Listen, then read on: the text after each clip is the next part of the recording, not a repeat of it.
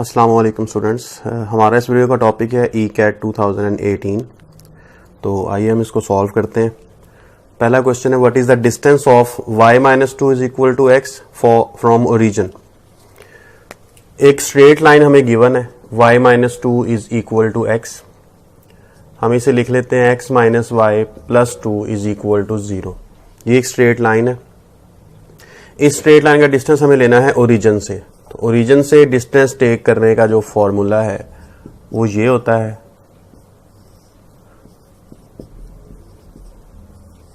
इस फॉर्मूले में अब हमें वैल्यूज पुट करनी है। इसमें ये जो ऊपर मैंने लाइन लिखी हुई है स्ट्रेट लाइन की इक्वेशन है जो हमारे पास यहाँ पे x माइनस वाई प्लस 2 है, इसकी एब्सोल्यूट वैल्यू। अब x1 और y1 का इसमें क्या मतलब है, जो पॉइंट हमें पुट करना है जहां से इस लाइन का डिस्टेंस रिक्वायर्ड है। अब डिस्टेंस हमें रिक्वायर्ड है ओरिजिन से, इसका मतलब होगा कि x1 की वैल्यू 0 है और y1 की वैल्यू भी 0 है। तो आप यहां पर भी 0 लगा देंगे और इस y की जगह पर भी 0, x की जगह ये वैल्यू लगा दी, y की जगह ये वैल्यू लगा दी जिस पॉइंट से हमें डिस्टेंस टेक करना है। बाकी सारी लाइन एज इट इज। अब डिनोमिनेटर में हमने जो लिखना है वो a का स्क्वायर है, यानी x का जो कोफिशिएंट है इसका स्क्वायर। x का कोफिशिएंट 1 है तो 1 का स्क्वायर प्लस फिर b, और b क्या है, b है y का कोफिशिएंट और लाइन में y का कोफिशिएंट है -1, इसका स्क्वायर और फिर स्क्वायर रूट कर लिया, ऊपर सिर्फ 2 रह जाएगा और डिनोमिनेटर में है 1 plus 1 square root 2 over square root 2। ऊपर 2 की पावर 1 है और नीचे 2 की पावर 1/2, नीचे वाली पावर ऊपर जाकर माइनस कर देते हैं तो 1 माइनस 1/2 हो जाएगी 2 की पावर 1/2 यानी स्क्वायर रूट 2। तो रिजल्ट होगा स्क्वायर रूट 2। ऑप्शन है बी।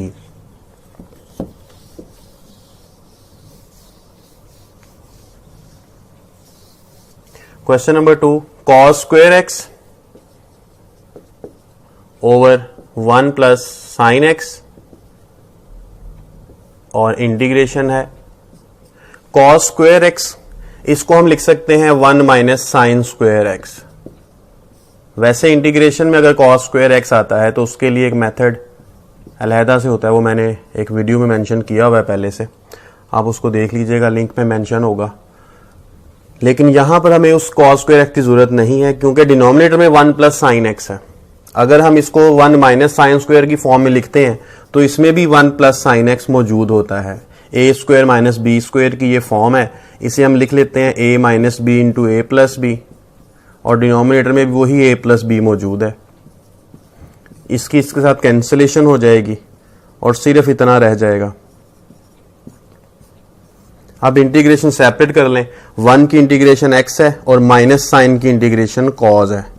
माइनस साइन की इंटीग्रेशन cos है और इंटीग्रेशन के लिए एक कांस्टेंट भी हमने साथ लिख दिया, तो आंसर बनेगा x plus cos x plus c, और ये है ऑप्शन सी में।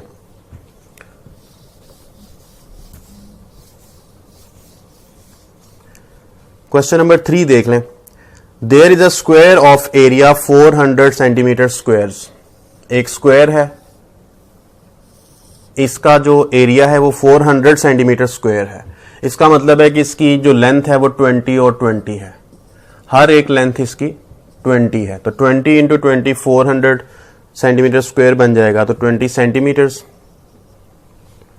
इसके बाद इसमें लिखा है and a circle is inscribed in this square. इस स्क्वायर में एक सर्कल है, अगर सर्कल है तो वो सर्कल इसको इस तरह से साइड्स को टच करेगा लाजमी। सर्कल प्रॉपर नहीं बना तो उसकी जरूरत भी नहीं है, हमें एमसीक्यू सॉल्व कर रहे हैं। तो सर्कल जो है वो इसकी चारों साइड्स को टच कर रहा है, इंस्क्राइब्ड सर्कल है। तो इसका रेडियस कितना होगा, अब देख लें, इसका डायमीटर देखें आप, इसका डायमीटर ये लेंथ बनती है और ये लेंथ 20 सेंटीमीटर है। इसका मतलब है कि इसका जो रेडियस है वो 20/2 10 सेंटीमीटर होगा इसका रेडियस इस सर्कल का। मजीद आगे लिखा हुआ है then a square is inscribed in this circle. इसी सर्कल के अंदर अब फिर से एक स्क्वायर है, तो इसको मैं इस तरह से कर लेता हूं।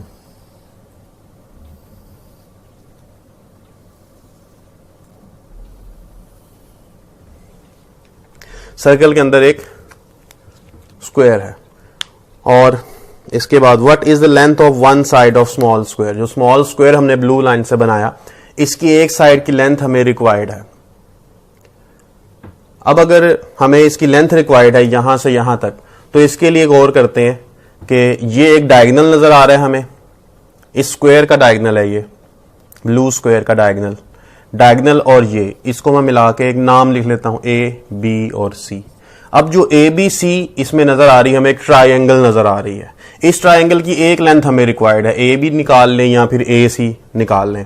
ये हमें पता है कि ये राइट एंगल है क्योंकि स्क्वायर का एक कॉर्नर है, स्क्वायर के कॉर्नर पे जो एंगल बना होता है वो 90 डिग्री का ही होता है, तो ये राइट एंगल ट्राइंगल है। ए बी सी एक राइट एंगल ट्राइंगल है, राइट एंगल ट्राइंगल। इस राइट एंगल ट्राइंगल में जो हाइपोटेन्यूज हमें नजर आ रहा है वो डायगोनल था इस स्क्वायर का, ये हाइपोटेन्यूज है, इसकी लेंथ हमें पता है कि ये 20 है, ये लेंथ हो गई 20 square is equal to, hypotenuse square is equal to base square plus perpendicular square. ये बेस और परपेंडिकुलर दोनों सेम ही है, तो सेम है तो इसको मैं दोनों को ए लिख लेता हूं, ए स्क्वायर प्लस ए स्क्वायर, यानी ए सी की लेंथ भी ए टेक कर ली है और यही लेंथ मैंने ए बी की भी टेक कर ली है, तो ये बन जाएगा 2a स्क्वायर और ये 20 का स्क्वायर है 400 a स्क्वायर बाय 200। अब 200 का स्क्वायर रूट टेक कर लेंगे तो a की वैल्यू आ जाएगी, यानी ए बी या ए सी की लेंथ आ जाएगी। तो 200 का स्क्वायर है तो ये 100 इंटू 2 है, 100 का स्क्वायर रूट सॉल्व हो जाता है वो 10 बन जाता है, 2 का नहीं होता वो इसी तरह रहेगा, तो 10 इंटू स्क्वायर रूट 2 इसका रिजल्ट होगा, जो कि ऑप्शन बी है।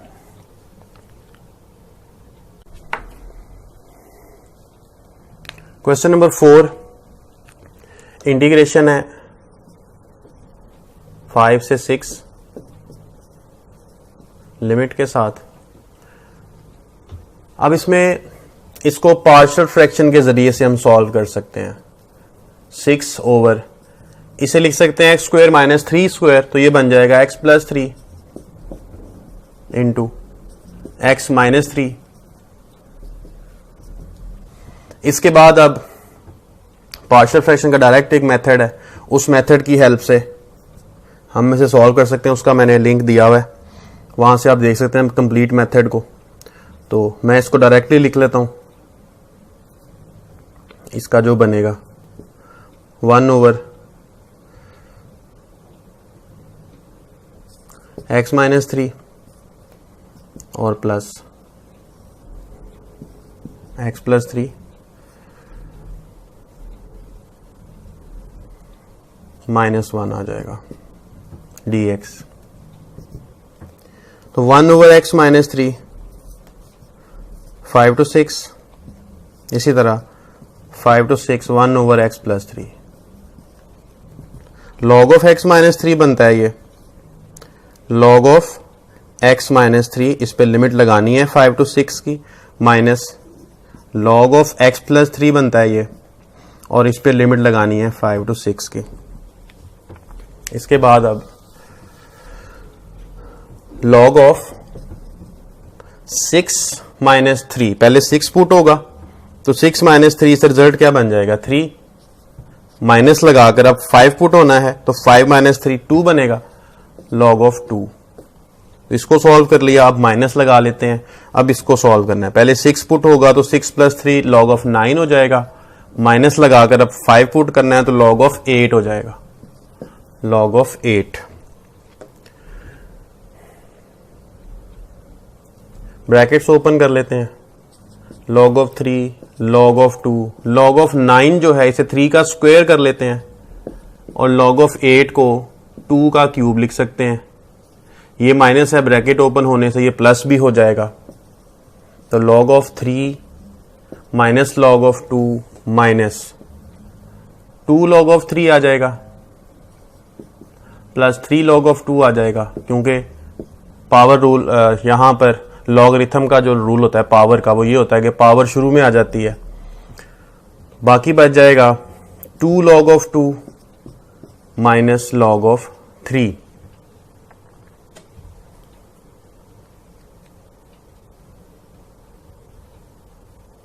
Log of 4/3,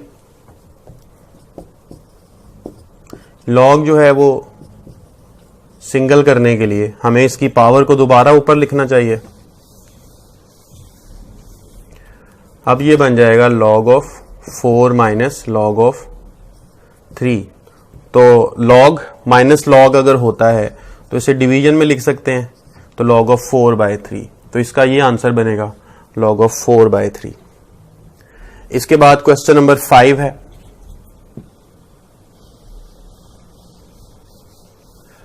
find the angles X Y, bracket की फॉर्म में इसलिए लिखा हुआ है कि ऑप्शंस जो हैं वहां पर हमें अंदाजा हो जाएगा कि पहली वैल्यू एक्स की या दूसरी वाई की टेक करनी है। If sine of X plus Y is equal to 1, sine of X plus Y is equal to 1, यहां से हम पहले साइन को खत्म कर लेते हैं। साइन की वैल्यू किस एंगल पे 1 होती है, एक्स प्लस वाई उसी एंगल के इक्वल लिखा जाएगा। तो साइन की वैल्यू 90 पर 1 होती है, इसलिए मैं इसको 90 डिग्री लिख लेता हूं। इसके बाद हमें दूसरी इक्वेशन गिवन है, sine of X minus Y is equal to 0.5, यानी साइन की वैल्यू किस एंगल पे 1/2 या फिर 0.5 होती है 30 डिग्री पे, तो यहां 30 डिग्री लिख लेते हैं। अब ये दो इक्वेशंस हमारे पास हैं, ऐसे दो नंबर जिनका सम 90 हो और डिफरेंस 30 हो, डिफरेंस 30 हो। तो सम 90 कहां पे आ रहा है, एक इस ऑप्शन में आ रहा है और एक इस ऑप्शन में आ रहा है। इसके बाद इनका जो डिफरेंस है वो पॉजिटिव है, इसका मतलब पहली वैल्यू बड़ी होनी चाहिए। तो अगर 30 एक्स की वैल्यू है 30 माइनस 60 से माइनस 30 आ जाएगा, इसलिए ये आंसर नहीं हो सकता, सिर्फ यही आंसर हो सकता है। क्वेश्चन नंबर 6, फाइंड dy by dx, y is equal to a power x। Simple सा क्वेश्चन है, फॉर्मूला ही पूछा हुआ है। इसका अगर आप डेरिवेटिव टेक कर लेते हैं तो a power x as it is रहता है, log ऑफ बेस आ जाता है और इसके बाद डेरिवेटिव ऑफ पावर आ जाता है। डेरिवेटिव ऑफ पावर क्या होता है इसका, यानी डेरिवेटिव ऑफ x वो 1 होता है, तो आंसर आ जाएगा a। Question number 7, a box contains 11 balls which are numbered from 1 to 11। इसका मतलब है कि जो सैंपल स्पेस है उसमें 11 बॉल्स हैं। A ball is drawn randomly, एक बॉल को निकाल दिया हमने और पुट बैक, उसे वापस भी रख दिया। Again another ball is drawn and put it back, तो दूसरी बॉल फिर निकाले फिर वापस रख दी।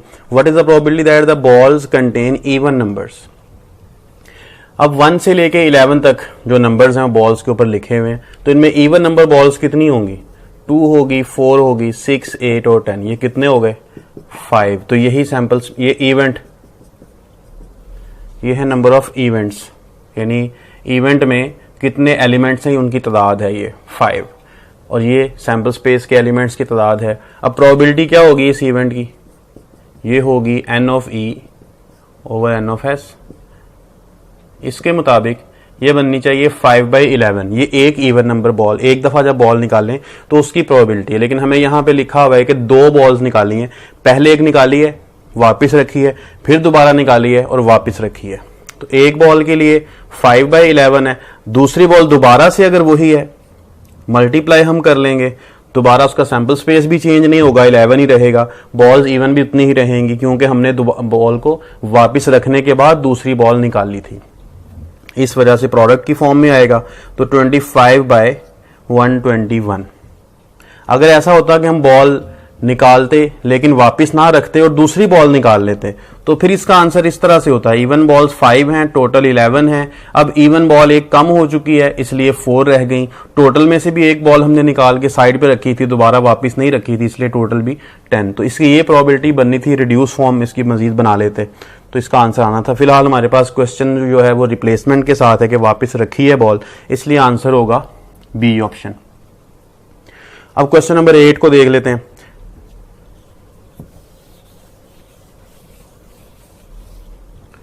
If average of 4 numbers x, y, z and w is 30, 8 number, ये 4 नंबर्स हैं, इनकी जो एवरेज है, एवरेज फाइंड आउट करने के लिए इन तमाम नंबर्स का सम करें, जितने ये नंबर हैं उसके साथ डिवाइड करेंगे। 4 नंबर्स हैं तो 4 से ही आप डिवाइड कर लेंगे और इक्वल के बाद हमारे पास जो एवरेज है गिवन उसको लिख लिया जाएगा। तो x plus Y plus Z plus W कितना हो गया, ये 4 उधर मल्टीप्लाई कर दें तो 120 हो जाएगा। इसके बाद ये हो गई एक equation while the average of X Y Z is 32। अब एक्स वाई और जेड की एवरेज का फॉर्मूला क्या होगा, तीनों को ऐड करें और ये 3 है तो डिवाइड बाय 3 कर दें, एवरेज कितनी गिवन है उसको इक्वल के बाद लिख दें। अब इन्हें मल्टीप्लाई कर लेते हैं, X plus Y plus Z 696, X plus Y plus Z की वैल्यू 96 आ गई है, X plus Y plus Z की वैल्यू यहां पे पुट कर दे तो 96 प्लस डब्ल्यू बन गया, ये इज इक्वल टू 120, तो W is equal to 120 minus 96, तो ये 4 और 24 बन जाएगा, आंसर आ जाएगा beta, B option. Question number 9, y is equal to sine square root X, find dy by dx, derivative find करना है इसका।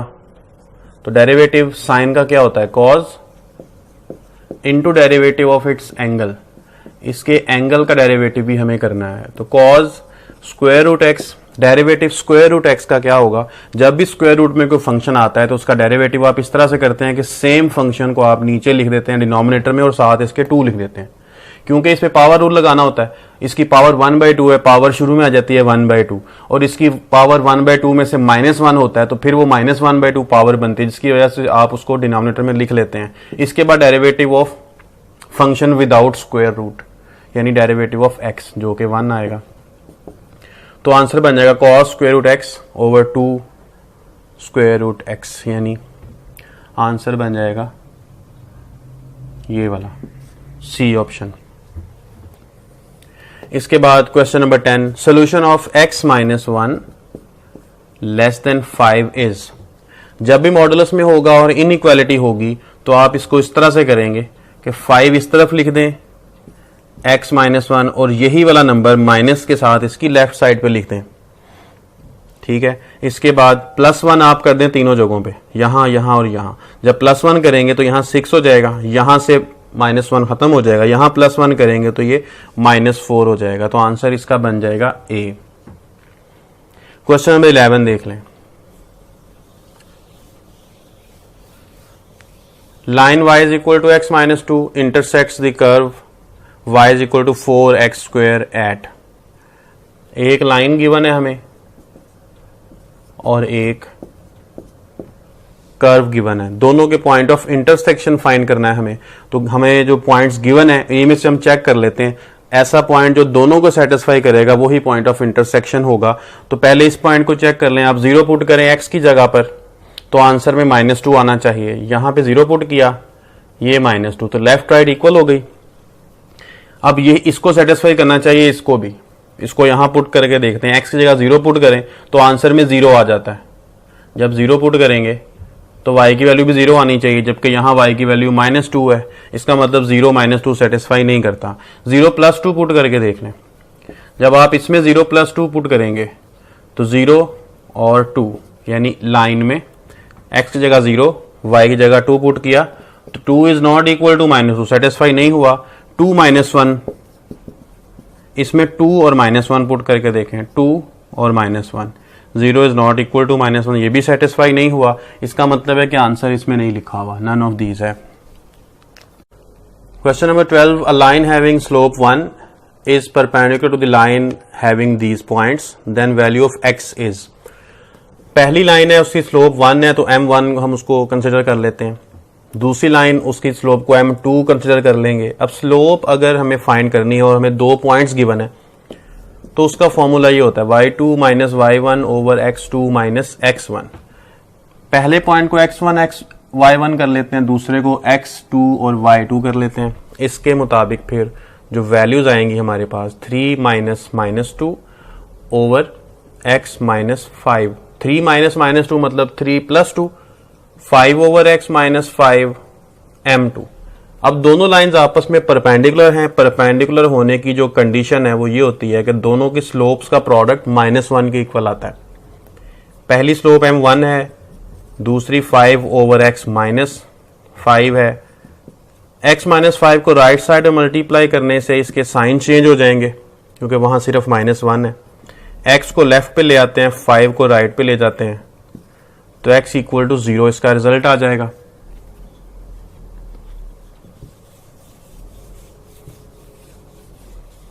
क्वेश्चन नंबर 13 में दो वेक्टर्स गिवन है और कहा गया है कि दोनों परपेंडिकुलर वेक्टर्स हैं। अगर दो वेक्टर्स आपस में परपेंडिकुलर होते हैं तो फिर उनमें जो डॉट प्रोडक्ट होता है दोनों वेक्टर्स का वो 0 के इक्वल आता है। इसी कंडीशन के मुताबिक हम इसमें वैल्यूज पुट कर लेते हैं।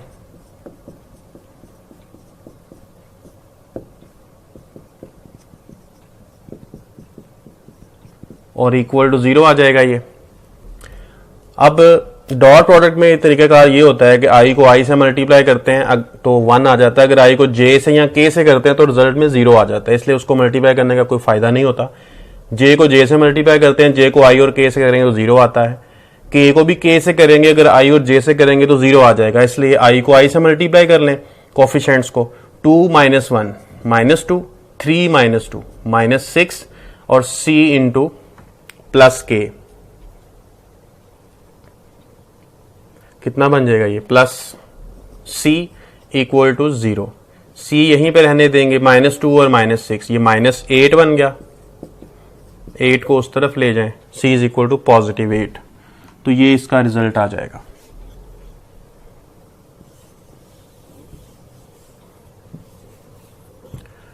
क्वेश्चन नंबर 14 देख लें। 2 - 5 iota divide by 7 iota. 2 - 5 iota divide by 7 iota. अब ऐसा कर लेते हैं, आयोटा को इसमें से साइड पे कर लेते हैं। 2/7 - 5/7 आयोटा इसके साथ है, और ये जो डिनोमिनेटर में आयोटा है इसको हमने इस तरह से लिख लिया। एक और स्टेप में कर लेता हूं, इसको मैंने इस तरह से किया है।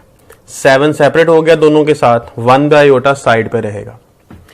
इसके बाद अब 1 आयोटा की जो वैल्यू होती है वो माइनस आयोटा होती है। आप इस आयोटा से मल्टीप्लाई डिवाइड करके देख लें, माइनस आयोटा आ जाएगा, इसकी वैल्यू माइनस आयोटा होती है। अब माइनस आयोटा को यहां मल्टीप्लाई कर लें तो -2/7 आयोटा जब यहां मल्टीप्लाई करेंगे तो प्लस हो जाएगा, 5/7 हो जाएगा और आयोटा का स्क्वायर हो जाएगा।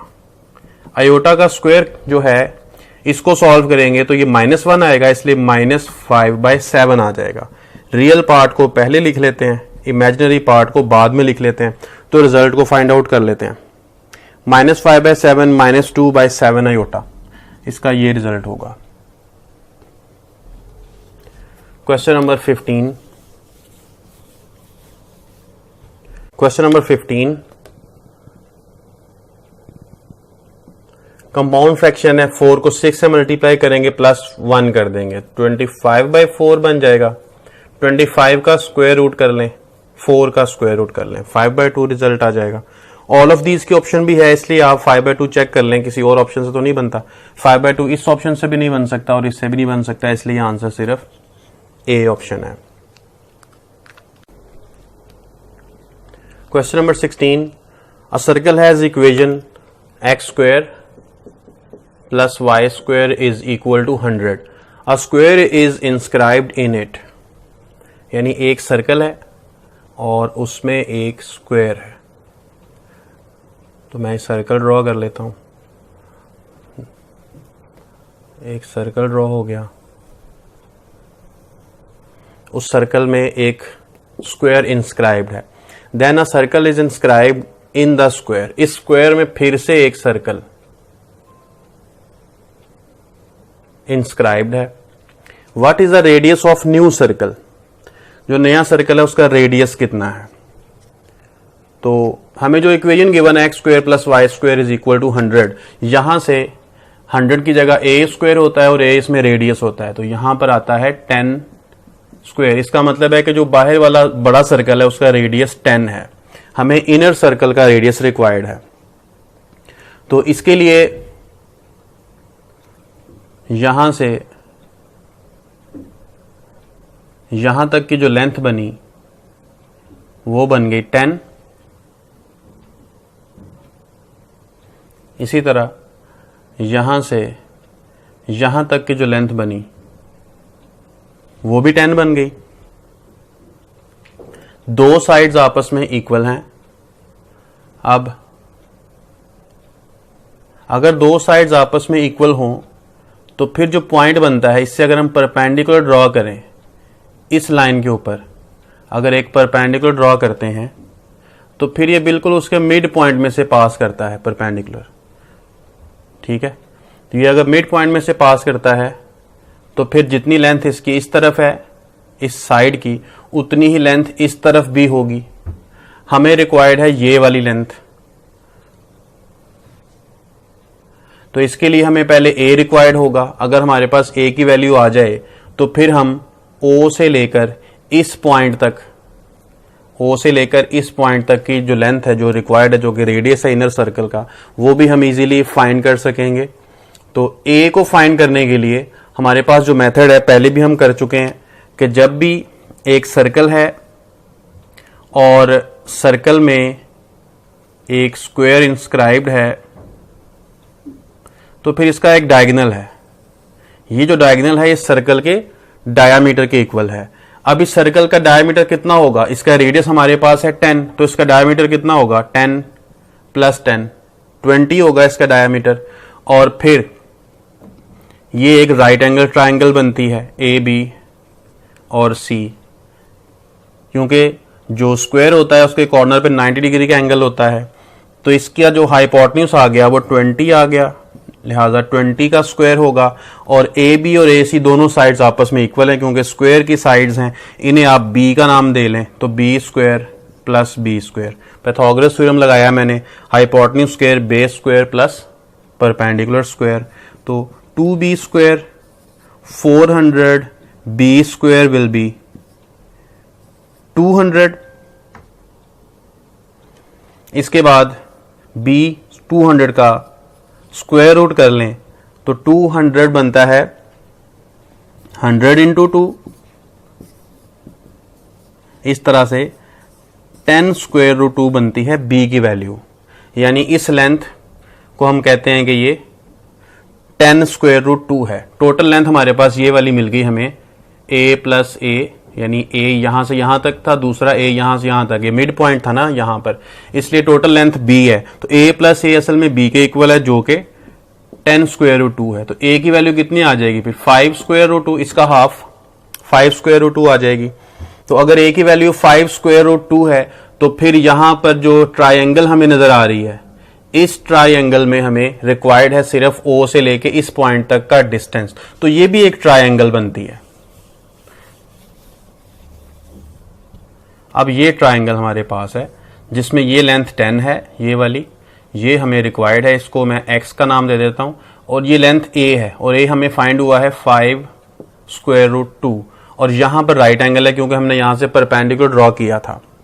तो अब इसमें पाइथागोरस थ्योरम अप्लाई कर लें, 10 square is equal to 5 square root 2 square plus x square, hypotenuse square is equal to perpendicular square plus base square. तो 25 इंटू 2 बनता है x स्क्वायर है, और ये 100 बनता है 50 प्लस x स्क्वायर 100। 50 100 में से माइनस कर लेंगे तो 50 बाकी रह जाएगा, 50 का स्क्वायर रूट कर लें तो 25 इंटू 2 का स्क्वायर रूट बन जाएगा। 50 की जगह मैंने 25 इंटू 2 लिख लिया, तो 25 का स्क्वायर रूट 5 है, तो 5 स्क्वायर रूट 2 इसका रिजल्ट आ जाएगा। मैंने स्क्वायर रूट बोथ साइड से किया था, तो x की वैल्यू 5 स्क्वायर रूट 2 बनती है, जो कि आंसर है B.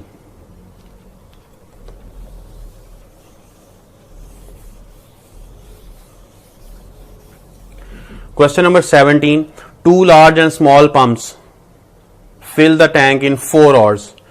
2 large and 1 small fill the tank in 4 hours. 1 large and 3 small also in 4 hours. Then how much time required for 2 small and 2 large pumps to fill the tank? 2 small and 2 large, how many hours? ये required है। अब ये दो equations हमारे पास जो हमें given है, इसके मुताबिक देखें तो 2 लार्ज हैं और 1 स्मॉल है, टाइम सेम है। 1 लार्ज 3 स्मॉल टाइम सेम है 4 आवर्स। तो यहां से अंदाजा लगेगा कि अगर 2 लार्ज हो और 1 स्मॉल हो, 1 लार्ज जो बनता है वो कितने के इक्वल बनेगा, कितने स्मॉल के इक्वल बनता है?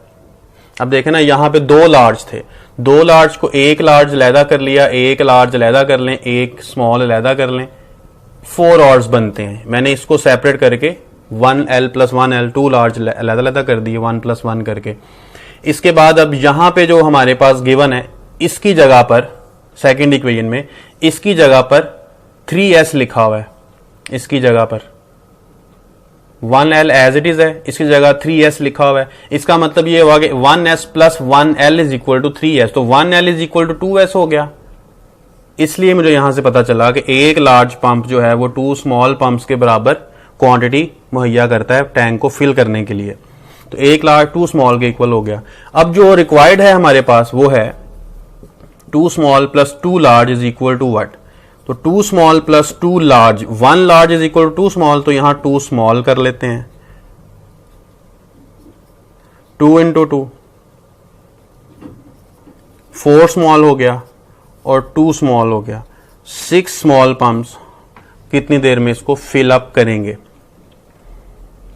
तो जो 5 स्मॉल थे, टोटल 5 स्मॉल बनता था ना ये, 2 स्मॉल, क्योंकि एक लार्ज जो है इसको मैंने यहां पे मेंशन किया है कि ये 2 स्मॉल के इक्वल बनता है। तो इसकी वजह से जो हमारे पास दोनों गिवन इक्वेशंस हैं, अगर उसमें हम इन वैल्यूज को पुट करके देख लें, 1 लार्ज की जगह 2 स्मॉल पुट कर लें यहां पर, तो कितने हो जाएंगे? 2 × 2S + 1S, तो 5S अगर हों, 5 स्मॉल पंप्स हों, तो फिर वो 4 ऑर्स में फिल कर देते हैं टैंक को। तो हमें पूछा गया है कि 6 स्मॉल पंप्स टैंक को कितने ऑर्स में फिल करेंगे? 5 अगर होंगे तो 4 ऑर्स में करेंगे। अगर एक पंप ज्यादा कर दें, यानी पानी की क्वांटिटी अब ज्यादा जाना शुरू हो गई है टैंक में, तो इसका मतलब होगा कि 4 ऑर्स से कम टाइम लगेगा। पंप ज्यादा हो गए तो टाइम कम लगेगा, इसलिए 4 ऑर्स से कुछ मिनट्स कम होना चाहिए टाइम। तो कुछ मिनट्स कम का मतलब है 3 से 4 घंटे के दरमियान कोई भी टाइम हो सकता है। तो इसलिए आंसर इसका बनेगा डी। क्वेश्चन नंबर 18 पे आ जाएं।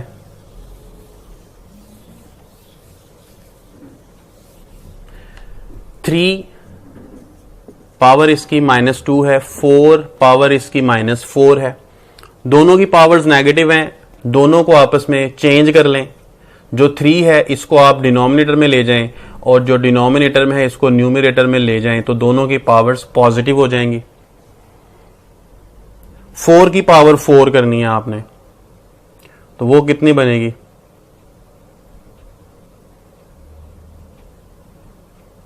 256। 3 का स्क्वायर करना है, 9 बन जाएगा, 256/9, तो ये रिजल्ट आ जाएगा। Question number 19, if a stone is dropped in A water cylinder with radius of cylinder 7 centimetre.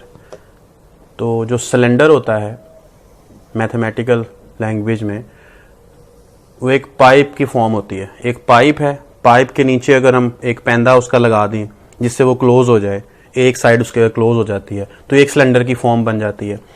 इसमें यकीनन इसके पैंदे में एक सर्कल है, उस सर्कल का रेडियस हमें दिया हुआ है। कितना दिया हुआ है? 7 सेंटीमीटर। इसके बाद इसमें जो पानी हमने डाला हुआ है उसकी हाइट भी बताई हुई है, 12 सेंटीमीटर इसकी हाइट है। यहां तक फर्ज करें ये 12 सेंटीमीटर है।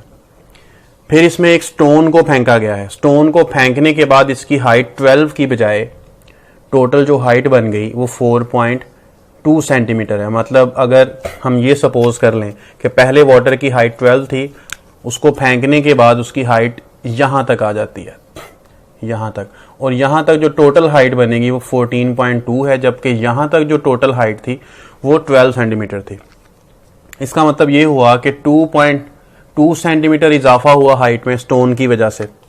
अब हमें स्टोन का वॉल्यूम फाइंड आउट करना है, तो volume of the cylinder of this part हमें फाइंड करना है, जिसकी वजह से हमें स्टोन का जो वॉल्यूम है वो फाइंड आउट हो जाएगा। तो इतने पार्ट का सिर्फ वॉल्यूम रिक्वायर्ड है, और इतना पार्ट भी इसका जो है वो सिलेंड्रिकल शेप में है, इसलिए फॉर्मूला जो यूज होगा वो सिलेंडर का फॉर्मूला ही यूज होगा। πr²h इसके वॉल्यूम का फॉर्मूला होता है, सिलेंडर के वॉल्यूम का।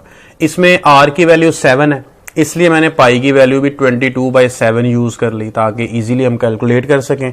और हाइट इसमें जो हमें यूज करनी होगी वो सिर्फ इतनी है, क्योंकि इतना ही स्टोन का वॉल्यूम आएगा जिसकी वजह से ये चेंज आया था। एक 7 यहां से कैंसिल आउट कर लेते हैं, एक 7 रह जाएगा, और 22/10 इसको लिख लेते हैं। 22 का स्क्वायर जो होगा वो 484 होता है, मल्टीप्लाई बाय 7 करना है और बाद में डिवाइड बाय 10 भी कर देंगे। तो 7 से मल्टीप्लाई कर लें,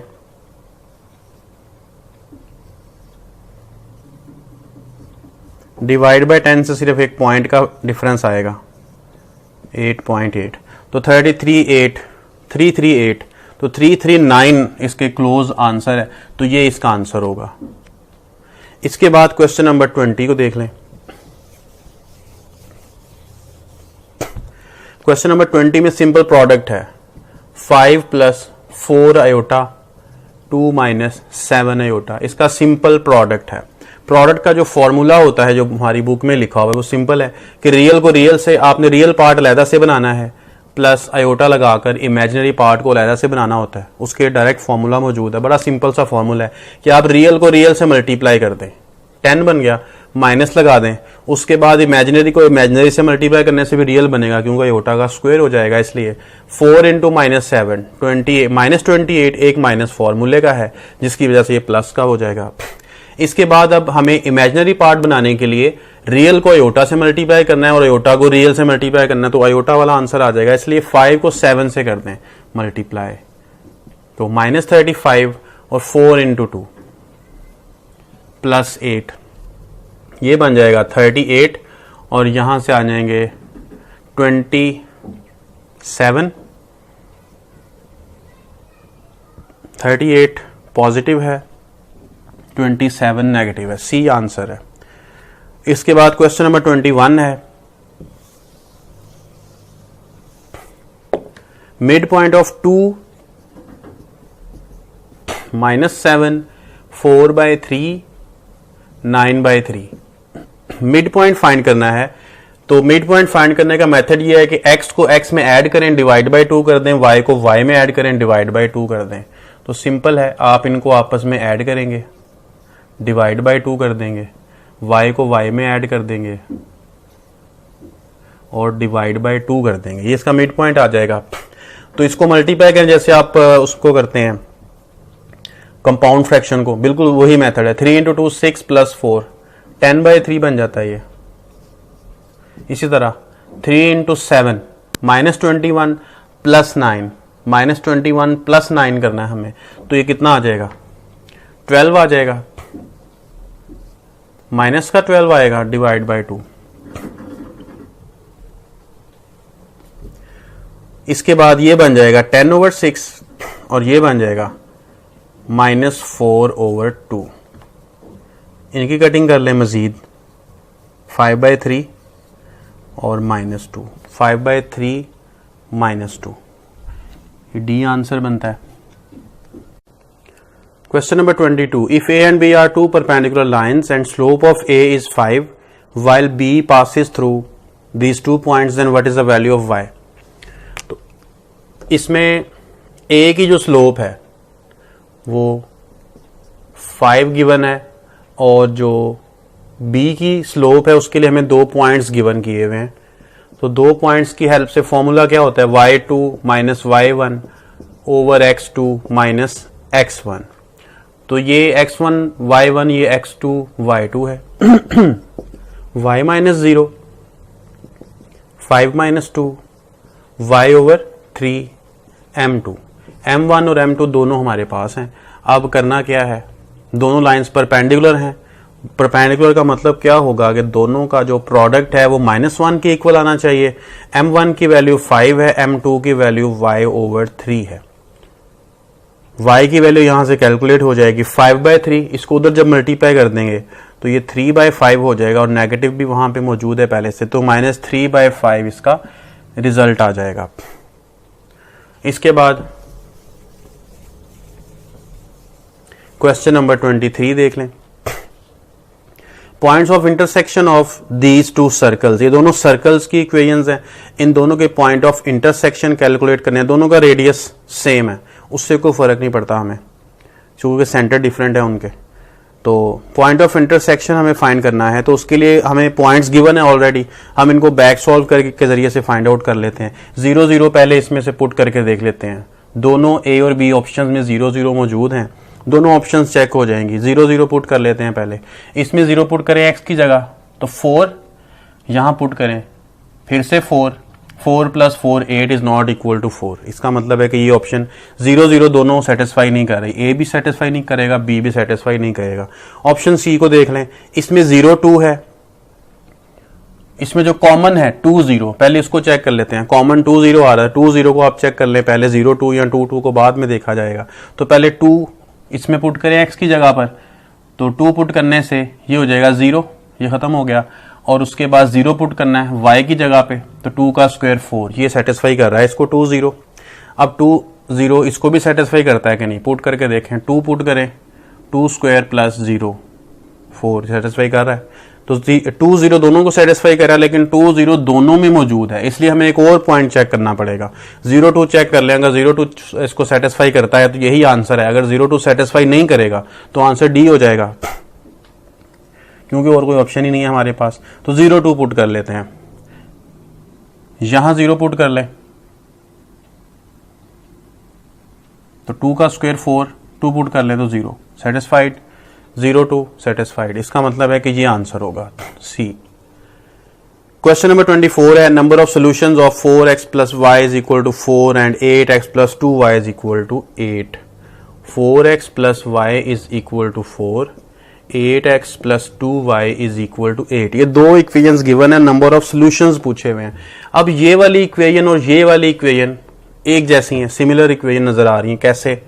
इसको अगर मैं 2 से मल्टीप्लाई कर दूं, यहां से 2 कॉमन टेक करके देख लेते हैं। 2 कॉमन टेक कर लें अगर यहां से, इसी तरह यहां 8 है, इस 2 को बाद में वहां पर डिवाइड कर दें तो ये वाली इक्वेशन बिल्कुल इसी की तरह की बन जाएगी। इसका मतलब क्या हुआ कि जितने सोल्यूशन इसके आएंगे उतने ही सोल्यूशन इसके आएंगे। दोनों कॉमन यानी एक ही लाइन है, ये दोनों लाइंस असल में एक ही लाइन है, तो इन दोनों का सोल्यूशन पूछा हुआ है। सोल्यूशन का मतलब होता है पॉइंट ऑफ इंटरसेक्शन। तो पॉइंट ऑफ इंटरसेक्शन अगर दोनों लाइनें एक ही लाइन को रिप्रेजेंट कर रही हैं, ये दोनों इक्वेशंस एक ही लाइन को अगर रिप्रेजेंट कर रही हैं, इसका मतलब है कि लाइन के ऊपर ही दूसरी लाइन भी मौजूद है। तो दोनों लाइन्स के पॉइंट ऑफ इंटरसेक्शन कितने हुए? इनफाइनाइट हो गए, इसलिए इसका रिजल्ट होगा इनफाइनाइट। क्वेश्चन नंबर 25, डेरिवेटिव हमें फाइंड करना है एक्स पावर एक्स का। डेरिवेटिव जब भी हमें फाइंड करना हो जिसकी पावर वेरिएबल होती है तो हम उसका लॉग टेक कर लेते हैं।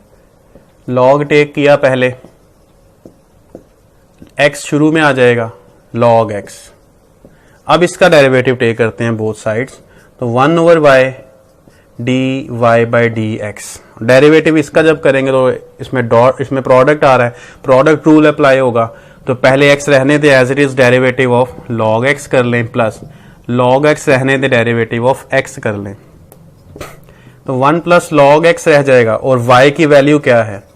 x पावर x और dy by D X as it is. तो dy बाई डी एक्स की वैल्यू क्या बन गई? x power x into 1 plus log x। तो ए ऑप्शन आ गई। क्वेश्चन नंबर 26 देख लें। If a circle has centre -2 and radius 3 then it lies in which quadrant? कौन से क्वाड्रेंट में लाई करता है? तो इसका सेंटर देख लेना -2 इसका मतलब है दोनों ही नेगेटिव हैं, एक्स और वाई दोनों नेगेटिव। कौन से क्वाड्रेंट में आते हैं? तीसरे क्वाड्रेंट में आते हैं। तो रिजल्ट इसका आ जाएगा थर्ड क्वाड्रेंट, सी। क्वेश्चन नंबर 26 देख लें।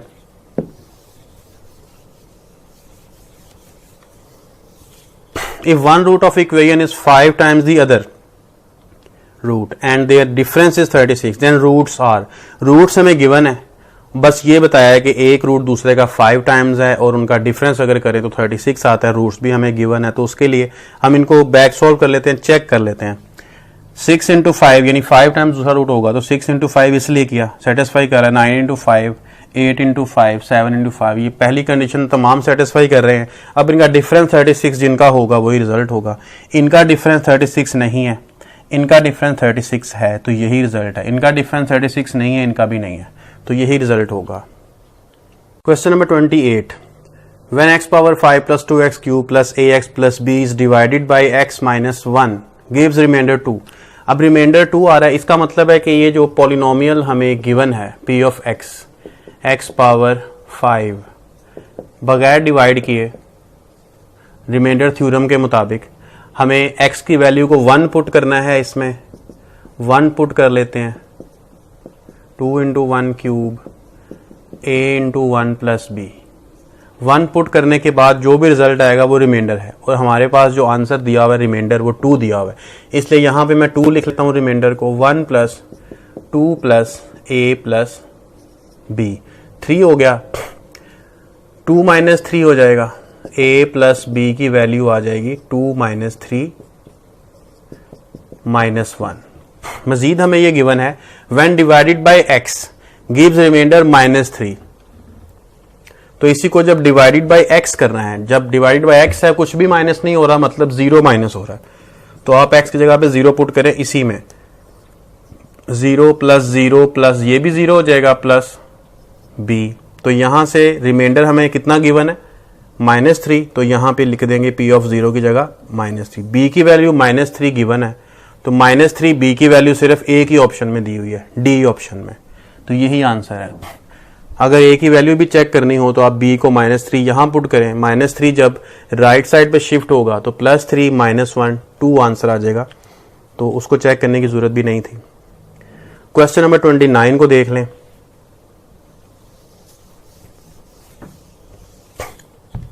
Inequality is same as, inequality है